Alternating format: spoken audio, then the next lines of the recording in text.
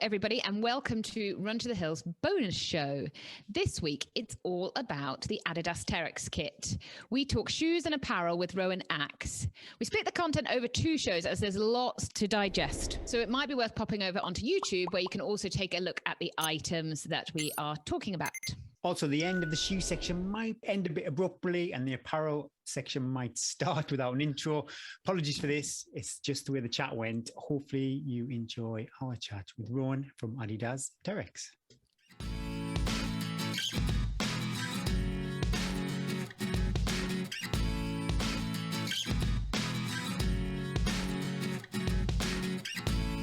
Today, Rowan Axe joins us for a chat about some products from the Adidas Terrex range. Adidas have some great looking shoes and apparel, so we thought we'd invite Rowan on the show to get the lowdown. First of all, we focus on the shoes and then we move on to the apparel. Hi, Rowan. Thanks for coming on the show. How are you doing today? Thanks, Gary. Yeah, I'm very well. Yeah, I'm enjoying a nice sunny southwest London, so it's good. Before we get into the range, if you could give us a little kind of brief overview of Terrex and how that fits in with Adidas. Sure. Yeah. So, most of you listening or watching will have heard of Adidas. I would hope so. A very big and key player within the road running industry in particular, and then within football as well. But you might not be potentially as familiar with Terrex. So really what we've got is we've got, the road running scene, we've got road running shoes, we've got football, and then we've got Adidas Outdoor. So within Adidas Outdoor, that's the big umbrella. And then beneath that, there's 2, essentially what we would call sub-brands. So we've got Adidas Terrex, which covers trail running footwear and apparel, and also hiking footwear and apparel. But we've also now branched into mountaineering apparel, snowboarding and sort of resort ski apparel, cross-country ski apparel, and also sort of... This is getting much more interesting for me now. Some travel shoes, really lightweight, packable. So Terrex covers actually quite a wide range of activities, but obviously the main bulk of what we do in terms of our products sit within trail running and within hiking. But then there's also 510. So 510, again, another sub-brand. So you've got Adidas Terrex and Adidas 510, which covers mountain biking and climbing. So you can imagine, there's a lot of activities that all sit within the outdoor side of the brand.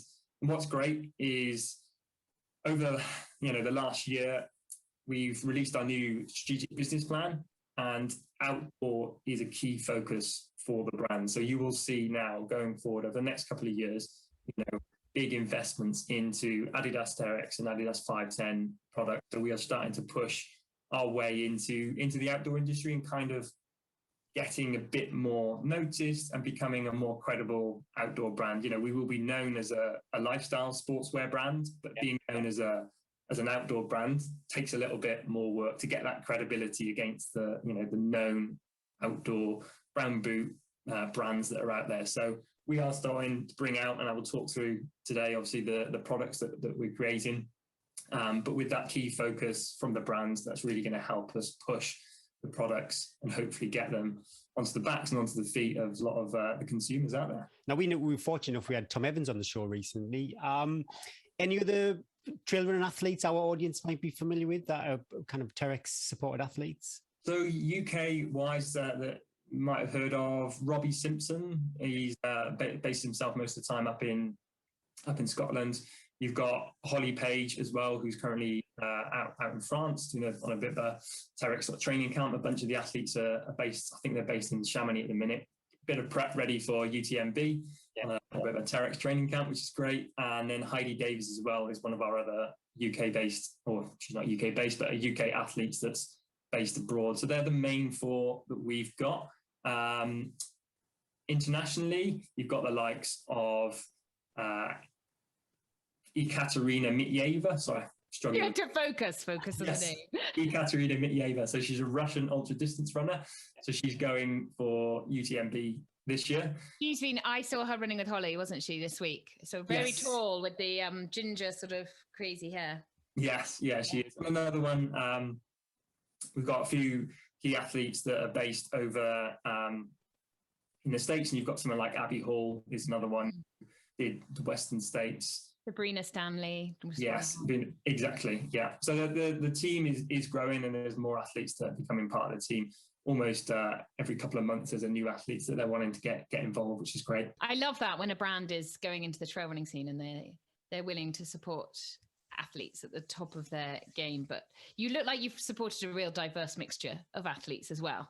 Not you just will sign, you can tell the trail runners that sign a different trainer deal every year, you kind of lose a bit of belief in them a little bit, don't you? So yeah, and not all of our athletes are full-time athletes. Yeah.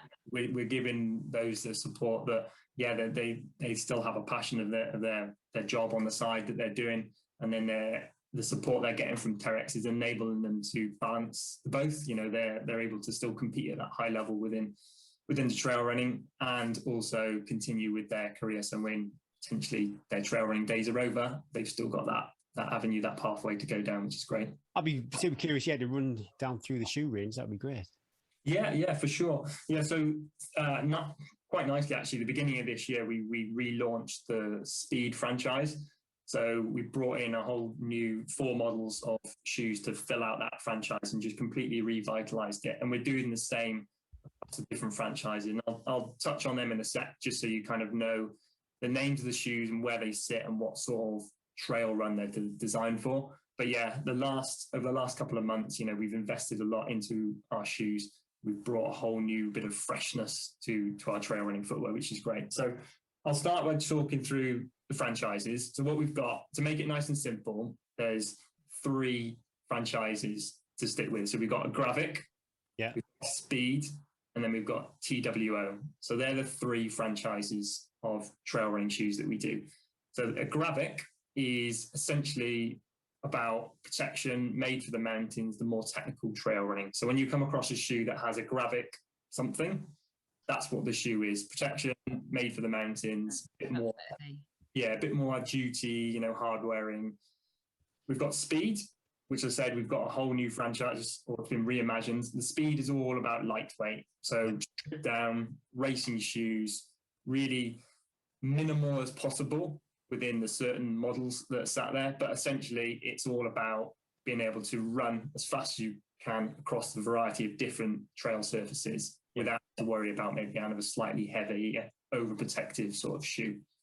So that's the Speed, lightweight and fast. And then the 2, which stands for Trails Without Obstacles, is all about comfort. So that's when you're going to go for a long trail run, maybe a little bit more just rolling, slightly undulating, but you want something comfortable. So maybe something that feels a bit more like your road running shoe.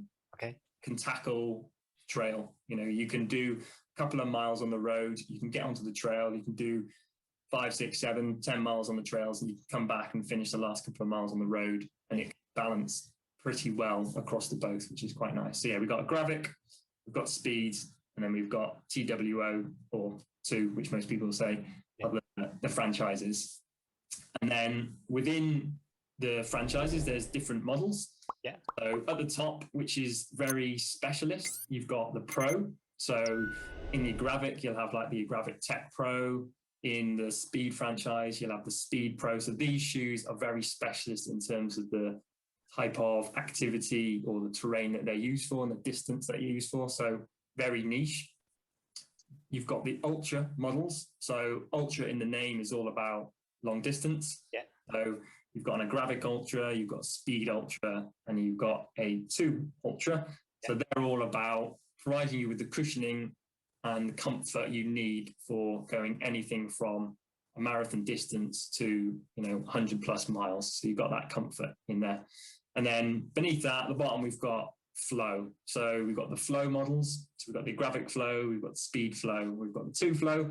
And these shoes are kind of all about just enjoying the trails. So you're having a bit of fun. They're going to be more affordable. So for a price conscious trail runner that doesn't want to spend maybe a huge amount of money on a trail shoe, or someone that's new to trail running that doesn't want to spend a lot of money but wants to buy a trail running shoe, then anything in the Flow models would be suitable. So they're not for the most technical trails, but they can cope with a variety of different undulating, free rolling, having fun on the trail. So they're the sort of 3 models that sit within the 3 different franchises. that we've got. I think I've took that in. I love someone explain. I never know when all these trainers, all these different words around train. I don't have a clue.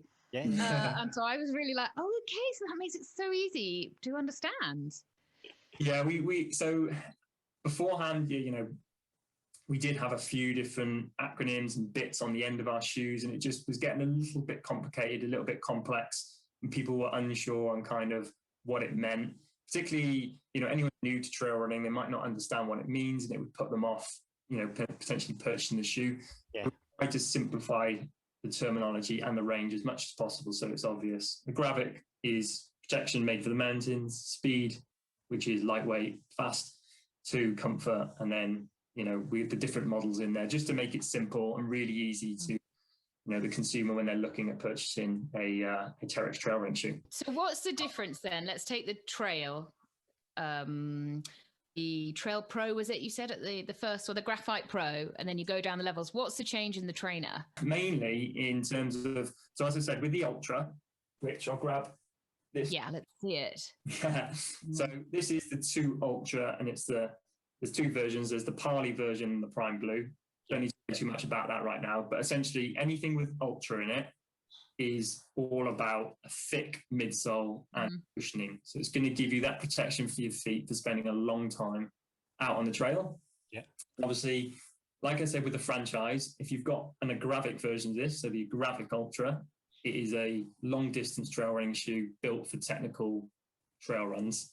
The Speed Ultra, which is this model, is a super lightweight, ultra distance trail running shoe, which is great for the hard, compact sort of trail run. So if you imagine, particularly in the US, think of Western states where, 9 times out of 10, you're going to get it dry, if not baking hot, and they're compact, dry, dusty trails with lots of fine gravel and things.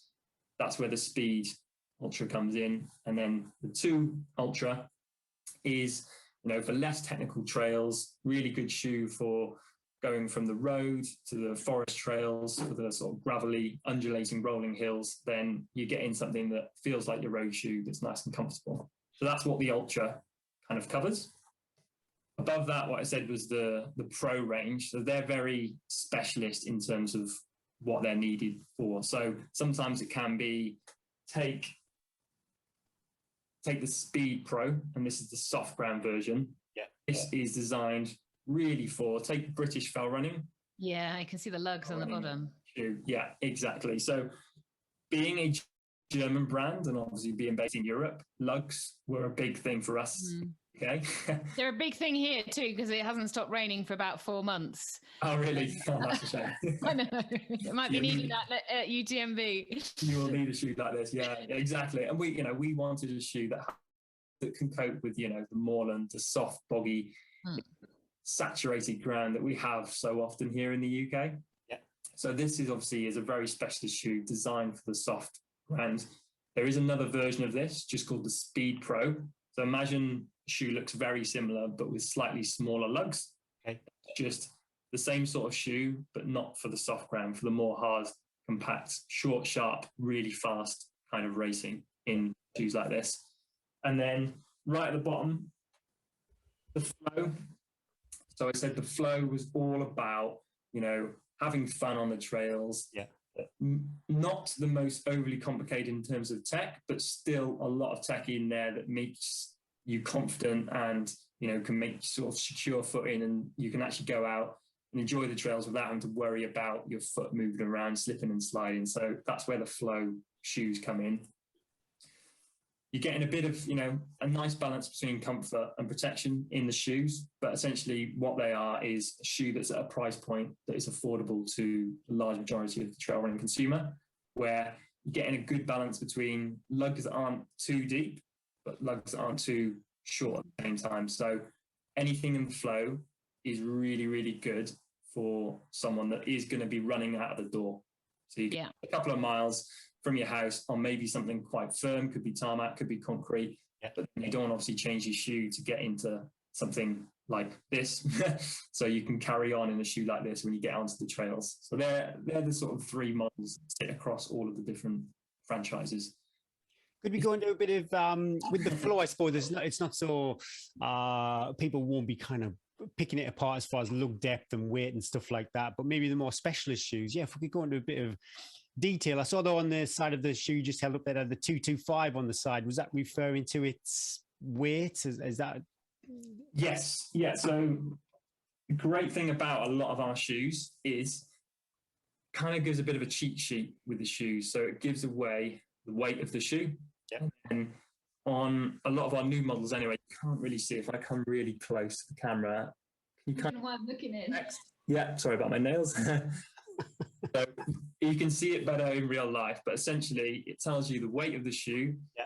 It tells you the drop in terms of the drop of the shoe. So the drop's on the bottom, because often you go and look, I wonder what the drop is, and then it's been on the tongue and it's disappeared and you don't know. So yeah, we normally put the drop on the side, and then we took the stack height and the lug depth on the bottom of the shoe. So it kind of gives all of the information if someone can't remember or doesn't want to Google, the information about the shoe. But typically, so this shoe is a unisex shoe, but the weight is 225 for the shoe. But with men's, so take a men's shoe, this one, for example, a men's sample size, which the weight is on here, is an 8.5. Okay. For women's, it's based off of 5.5. Oh, that's small. Yeah, so when you see that number, that's what it's based off. Obviously, if you're smaller than that, or if you're bigger than those sizes, the weight's going to change a bit, but that's the sort of ballpark figure that you can go off. But there's physically no difference in the shoe design. I usually buy a lady shoe because I can't get 6.5. I've got tiny feet, but yeah, so I have to get a 6.5. And historically, previously, some retailers might have said this is a kind of specifically for females, but with this shoe, it is in effect the same shoe, just a smaller size. Yeah, this shoe, sorry. Yeah. So this shoe basically will go all the way down to pretty sure it goes down to a 3.5, and it'll go up to a size 11.5. So it pretty much will cover, the full spectrum of range. And it's gone with that unisex fit. So a nice fit between, typical male foot to a typical female foot, which can be, not always, can be slightly lower in volume and a bit sort of narrower throughout. So it just can fit the best of both.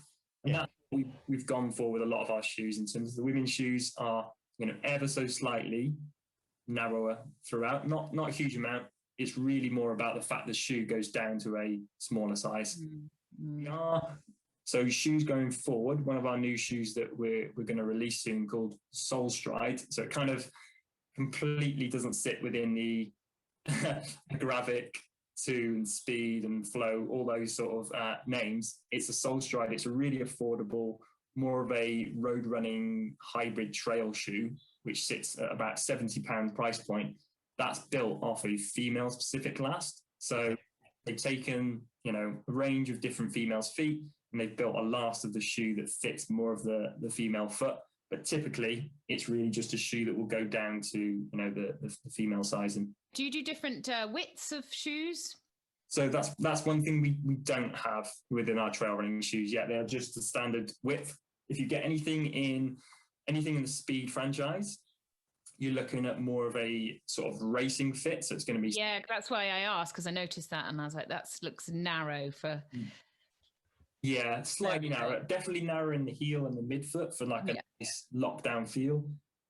Still narrow in the forefoot, but just enough to allow the toes to splay so that you can feel stable when basically going really fast across the ground. In the 2 franchise, you're getting good fit in the heel, midfoot, and then wide in the forefoot. Really allowing those toes to splay. All about comfort, spending a long time on your feet, and you want that toe movement essentially. And then in something such as a Gravit shoe, you're getting, a good fit in the heel and midfoot to basically just a regular width forefoot essentially here that is slightly wider, I would say, ever so slightly wider than the speed. Yeah. But still enough that when you're tackling the more technical trails, your foot's not going to be slopping and sliding around within the shoe. Is there any technology in the midsole? I know I've had some Adidas Boost in the past. Is that technology transferred into any of the range? Yes, yeah, for sure. So if I talk about This shoe. So if I go back to the beginning, I was saying a Grabec is made for the mountains. This is one of our brand new shoes that looks like a rocket. It is, yeah. So this is essentially the best shoe for a really technical trail run. So take all the different distances within the UTMB, that sort of type of trail running. In terms of, it's an ultra distance shoe, so you can kind of see straight from here that it has a decent step height of the shoe. So you're getting a lot of cushioning, which is going to give you that comfort. But what this shoe does is brings in the Boost technology. So you've come across Boost, which is great. Boost is little tiny plastic balls, basically, of TPU, which have been expanded and then heated, and they all stick together, and it looks like polystyrene, essentially. And what it is super, super cushioned. So it's really soft, but rather than being so soft and you lose that energy return, Boost is incredible at its energy return in terms of the thickness of the midsole for the energy return it gives. So that's why we like to put it in our Ultra shoes. You can see it in this one, and you'll see it in the Speed Ultra as well. We've got Boost sort of going from the midfoot to the heel. What's the flexibility like on that one? It looks like this one. So this is one of our sort of most technology advanced shoes. So what we've is like road running, where there's a huge hype at the minute, and then last couple of years anyway, around carbon plates within shoes. So when this shoe was sort of going through, its research and development, they were hoping to put a carbon plate within the shoe to help with running economy. They found carbon a bit too stiff. Yeah, I'd be terrified to run a mount 100 mile on a carbon plate. Exactly, and not responsive enough for... Yeah. So it's got a plate in it, but it's got a sort of stiff plastic, so it's a TPE plate in it. So it's still a stiff shoe. Oh, it's really bendy. If you're not watching this, it is really bendy, because you hadn't bent it, and I was like, I can't see my foot bending in that. It looks stronger than my foot. Yeah. Once you've got your body weight in it and it'll bend, it does bend. Yeah. Basically, it'll spring back as well. So it's designed to improve running economy, when you can get to those sections of trails where you can open up your stride and you can get moving. But it also acts as a rock protection. So essentially, if you step on anything sharp, it's not going to come through the bottom of the shoe. So it's going to give you the stiffness and the propulsion going forward, but also the protection when you need it. This shoe, so the Grabec Ultra, what they've done, like I said, they've got the Boost, which sits closer to your foot. So you've got that comfort, stepping comfort, and that initial, when you hit the ground, that impact, it absorbed by the Boost, really soft and cushioned. But it's combined with Light Strike. So Light Strike is EVA, which is what you see on a lot of brands of shoes. It's a very popular midsole compound, but Light Strike is a lighter weight version. So there's a higher air content in there. So it brings the weight of the EVA down, but it also makes it more responsive. So you've got a combination of Boost, Light Strike for a really soft, cushioned, but also responsive ride for those ultra trail races. Is that the same material that you have in some of the road running shoes too? The more of the kind of, I suppose, the carbon plated Adidas road shoes. Does it have that Light Strike form in the sole? So the whole Adizero range, which we released a whole bunch of new shoes recently, they have a combination of, a lot of them anyway, have a combination of Light Strike and Light Strike Pro. If you look at the Adios Pro 2, which is one of the new sort of marathon racing shoes, that is a full Light Strike Pro. So that is a really, really soft, really responsive midsole compound, which at the minute would probably be too soft and not the most stable for a trail running shoe, which is why we've gone for just the regular Light Strike, which is slightly firmer, and it just gives a more planted feel when you're on that uneven surface. That's what they come with. What's the upper made out of? Because I know a lot of people listening, the rage in the trail running scene at the moment is that the sole of the trainer hasn't gone away, but you've gone through your upper.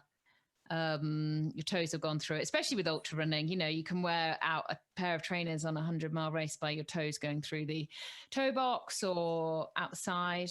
But that doesn't look like it. That looks pretty sturdy on the upper. Yeah, so this upper, so it's an open mesh upper, polyester upper, but it's basically coated in PU, so polyurethane. So essentially, it just gives it extra durability to the mesh. So you imagine all the scrapes, the grazing, all the grit, the mud, all of that gets in the shoe, rubs against the shoe. With that PU coating over the mesh, it gives extra protection to the upper to help it last as long as you can get from a polyester upper. Presumably that will stretch as well, even though it's been coated, that will still stretch with your foot as yes. So, when you first feel it, it's a little on the stiffer side, but obviously as you break the shoe in, you put a few more miles in the shoe, it becomes softer and it becomes more comfortable with the upper that you kind of want for spending a couple of hours in the shoe. Couple of hours. But we have put overlays where are kind of needed within areas where the shoe will bend and sort of start to give and break down. We've put these sort of TPUs, really thin plastic overlays, just to give extra protection to the upper of the shoe to help it last as long as possible. And that's the Gravic Ultra. This is the Gravic Ultra, yeah. And what would that shoe, retail for? So you're looking at £140 for this shoe. Okay. So one thing you'll find, so we don't have a Gore-Tex version of the shoe. So we have, at the minute, this is the Gravic Flow. Yep. So there's a Gore-Tex version of this shoe, which is obviously more designed for easygoing trail runs where you might do a little bit of hiking in it. It's quite a comfortable shoe, really lightweight hiking. Or if you want to do some runs when it's been slightly wetter across the grass, or maybe you could wear that on anything, really, couldn't you? Yes, really exactly, you can. But when you're starting to get to the more I wouldn't be scared to wear that up. Yeah, exactly. I'd dog walk in that one, and I'd dog walking, easy runs, recovery runs, whatever you want to do, you can get away in that. When you start getting to this shoe, which is obviously more technical and more built for the racing, we really didn't want to put Gore-Tex on it because you're likely to get your foot wet. I don't like a Gore. Do you like a Gore-Tex, Gary? I don't like it. I've got to sweat it out. Exactly. So you're going to get a very sweaty foot.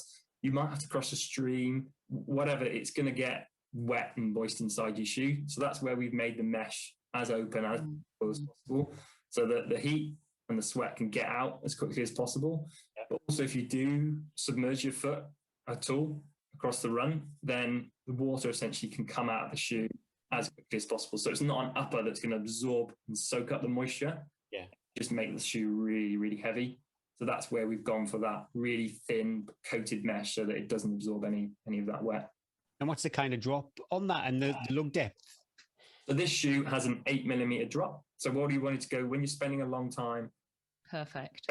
You kind of wanted to go with something that isn't going to put loads of pressure through your Achilles, where you can get with lower drop shoes. And I know there'll be a lot of listeners out there that will like the lower drop, but we've gone with a slightly higher drop in terms of 8mm, just for the comfort of spending a long time on the trails. And you're getting 4mm lugs on this shoe. So it's a decent depth for a variety of different terrains. It's nothing of the 7mm that you get on the Pro soft ground, which is obviously very soft, squidgy, squelchy ground. This is definitely built more for the slightly firmer, compact terrain. Dry. But the 4mm can tackle, if you do come across a slightly muddier, slippier section, then you can sort of get, the traction that you need from the shoe and the 4mm lugs in this. And what's the lacing system like? Is it just regular lacing, or I don't think it's a BOA system? Yeah, what? It's not, no. So we currently have two BOA shoes. So we do a version of this. The 2 Flow is there's a version which has got a BOA system to it. Yeah. And then within the Gravic franchise, the Gravic Tech Pro, which is almost like a bit of a booty upper to it. Yeah. That has a BOA system to it. But all of the rest of our trail running shoes have just a regular lace system, typically flat laces that just sit a lot nicer against the foot and don't slip and slide and move around, and they won't loosen as such when you're out on the trail. You have to stop and retie them. And, you can't bend your hamstrings because exactly. So we've done them that they're hopefully going to stay in place for as long as possible. If we could go back to the I think there was the speed with the soft ground. Yeah, what again? The drop and you said, is it a 7mm consistent, or would it be say 6 at the front, or 7 at the front, 6 at the back, or the 7mm lug all the way through? So yeah, I don't know if you can kind of see if I get side on profile. They're pretty. They're consistent throughout of 7mm lug depth. Yeah. So very good, aggressive outsole to the shoe. When we get to this shoe, rather than the Gravic, which is spending hours and hours on your feet, when you get to the Speed Pro shoes, very more out and out racing shoes. So with the lower drop. So these have a 4mm drop, really designed to just get you up onto your forefoot and really help you move as quickly as possible across the ground, because you're just traveling and covering it really, really quickly. So that's where the 4mm for these shoes with the Speed Pro Soft Ground and Speed Pro come in. But what you're getting, like the Gravic Ultra, which has light strike, this one has a full light strike midsole. Okay. Brings the weight of the shoe completely down. So you're getting a really lightweight, aggressive, but also supportive and protective shoe for the trails. The rock plate that sits within this shoe is going to protect you from the bottom. And then the upper, we don't have an insole, so a sock liner to the shoe. You can, I get close to the camera. Yeah. It's literally just stitched in the bottom of the shoe. Oh, wow, yeah. Is purely for the fact that you're going to get your feet probably wet in the shoe. And you don't want an insole that's going to absorb lots of water and become squelchy. So the upper of this shoe is very see-through mesh. Oh, yeah. Water's going to go in the shoe. And essentially, as soon as you pull your foot out of the stream or whatever you're going to cross, it's just going to be able to escape out of it. And it's not going to absorb and hold any water in there and weigh you down as much as possible. So, yeah, anything within the Pro is out and out a racing shoe. Really good for, the weather conditions that we have in the UK. Can I ask a question? Have you got a shoe, or are you designing a shoe to run in snow? So we do have... I was just looking at that going, I couldn't, in the winter, I couldn't run in that. I love the grip, but I was like, it'd be so cold. No, you can run in, this will tackle, so any... It would, the bottom bit would, but I'd cry. Yeah, if there are any small patches of snow on, the... Perfect, yeah. Yeah, exactly. The lugs will still grip in. Yeah. But our Gravic Tech Pro shoe is kind of the next step up in terms of, it's a shoe that's a hybrid between a trail running shoe and a sort of really lightweight approach mountaineering shoe, in terms of you don't get 7mm lugs on it. You're looking around the sort of 4mm lug depth with it, but it has the sort of protection that you'll need and the warmth that it provide for when you're crossing maybe multiple patches or running in the snow. So that is quite a common shoe that's used. So it's take the Speed Flow silhouette of the outsole. It looks a lot like that. Yeah. So it has the Boost as a midsole compound, and Boost it's basically thermally independent. So if you're running across some really cold ground like snow, it doesn't, the cold doesn't go through. It doesn't go through the street, up into your foot. So it helps keep your feet at a nice consistent temperature.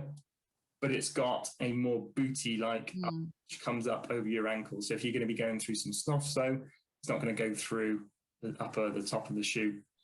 And that's what a lot of our trail runners will use if they're ever maybe doing some winter runs or run. Well, for 5 months a year, I run in snow on snow tracks. So Gary's like, I'm not bothered about it.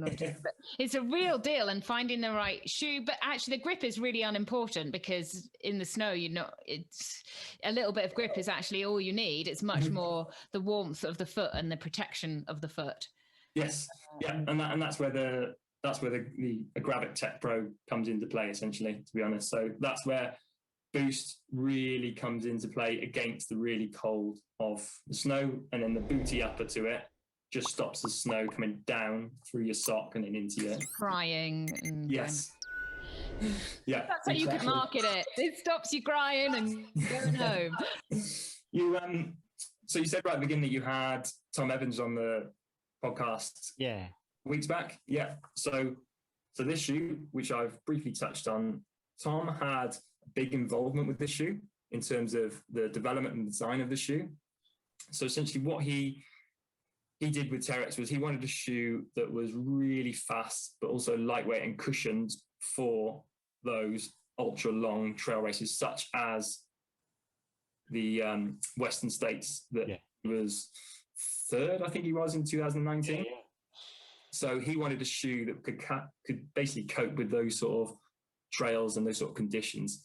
And what he wanted was a shoe that's a little bit like the bit on the border of our Adidas Boston, very popular road running shoe, but within a trail specific option, essentially. So the outsole of this shoe is, by looking at it, you can see the lugs. If I hold it side on profile, they are small. Yeah. It is not built for the softer grounds. It's built for the hard, compact trail runs. But the design of it is based off a gravel bike tire. So it's very smooth and very tightly packed lugs down the middle of the shoe. So the transition of just going from heel strike or midfoot strike to toe off, as smooth as possible, but with traction that's needed. And then slightly wider positioned, different angle position lugs on the outside, a little bit deeper, just enable you to change direction really quickly and get that traction, exactly like what you see on a gravel bike tire. How clever.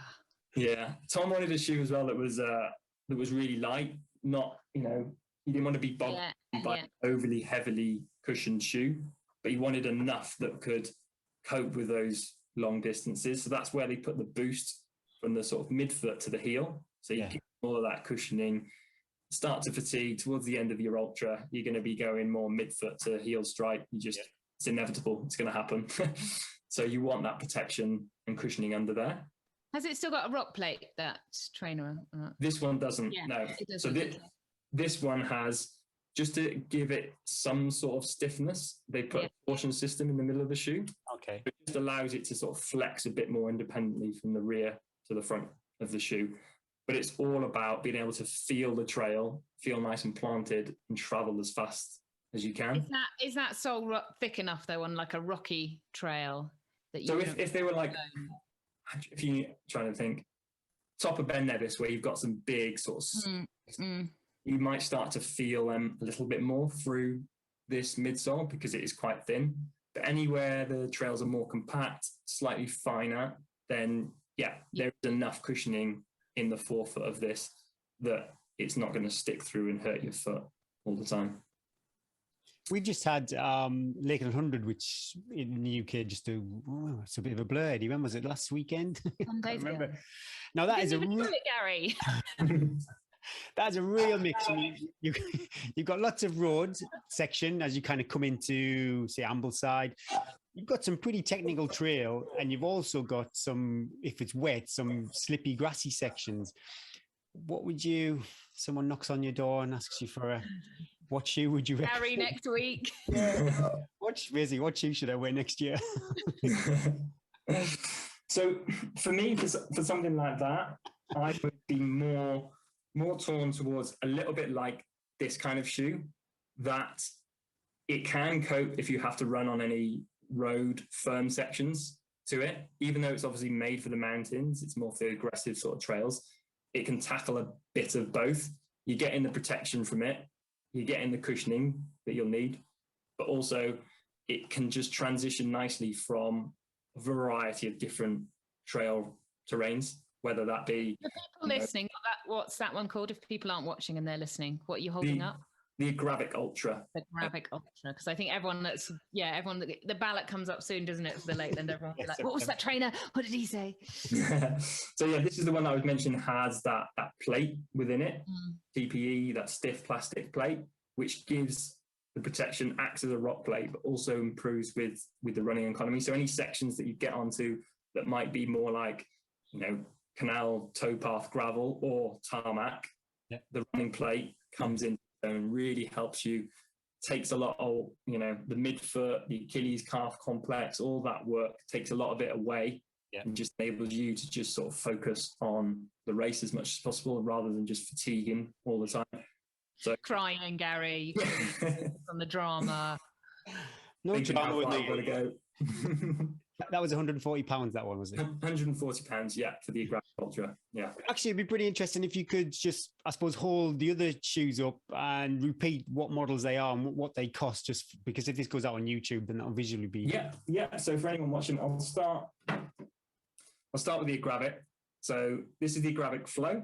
So this is still for the mountains, but for the slightly less technical mountains, for maybe the more price sensitive entry-level trail runner that wants a shoe that can kind of do a bit of everything, nice and comfortable, nice and protective, but can really transition nicely from the road, from your house, a couple of miles, and then onto the trail. So that's the Agravic Flow. You're looking at about 120 for this shoe. Okay. Next up, you've got the Agravic Ultra, which obviously we've talked quite a lot about. So £140, designed for those ultra distance, the highly technical trail races, but can cope with a good variety of trail terrains and kind of what you want to throw at the shoe. It is a very robust, hard-wearing, durable shoe that can cope with that. Yeah. So you've got this shoe. I don't have an example of the Agravic Tech. Okay. But essentially, like I said, imagine the Flow, the bottom of the shoe, with a rock plate in it and a booty upper to it. Yeah. That's the Agravic Tech Pro.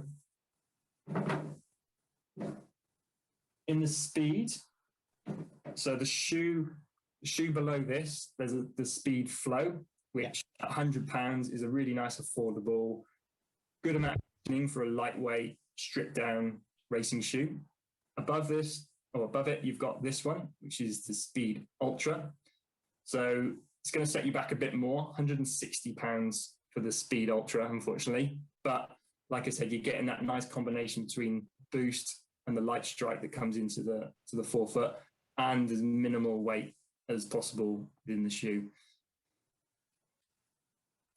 Above it, you've got the Speed Pro Soft Ground, and then the Speed Pro, which sits it's essentially alongside it. So £140 for this shoe, the Speed Pro Soft Ground, and £130 for the Speed Pro. So imagine almost this sort of looking shoe, but with slightly smaller lugs and even more stripped down. So very minimal to it as much as possible.